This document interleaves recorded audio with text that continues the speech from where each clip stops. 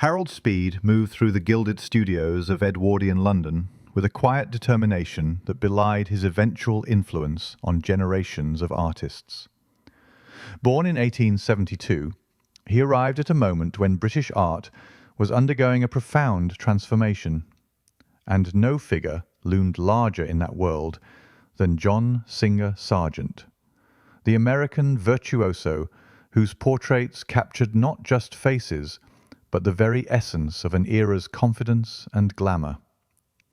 Speed sought out Sargent's teaching, attending the master's critiques and absorbing lessons that went far beyond technical facility. From Sargent, he learned to see painting not as mere representation, but as an act of interpretation, where every brushstroke carried intention and every value relationship told truth. These sessions in London studios, where Sargent would demonstrate with breathtaking ease or offer pithy observations on a student's work, became formative experiences that Speed would carry throughout his career. He established himself as a portrait painter of considerable skill, his canvases displaying the confident brushwork and tonal sensitivity he'd studied so intently.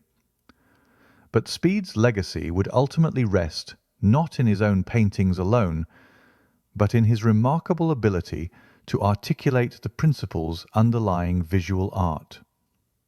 In 1913, he published The Practice and Science of Drawing, followed by Oil Painting Techniques and Materials in 1924. These weren't mere instruction manuals, but philosophical inquiries into the nature of seeing and picture-making, written with clarity and insight that made complex ideas accessible. What makes Speed's books endure is their foundation in actual practice, the hard-won knowledge of someone who had stood before the canvas himself, who had struggled with the same problems his readers faced.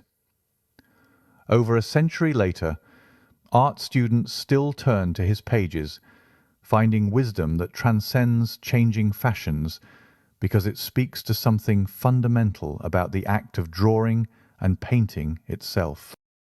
Harold Speed, with a quiet determination, felt his eventual influence on generations of artists would help bridge the gap between changing fashions and aid in the fundamentals and the reason for his wonderful books on the practice of art.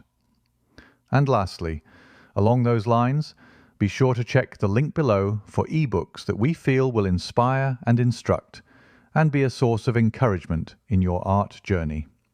So, just check the link below, and thank you.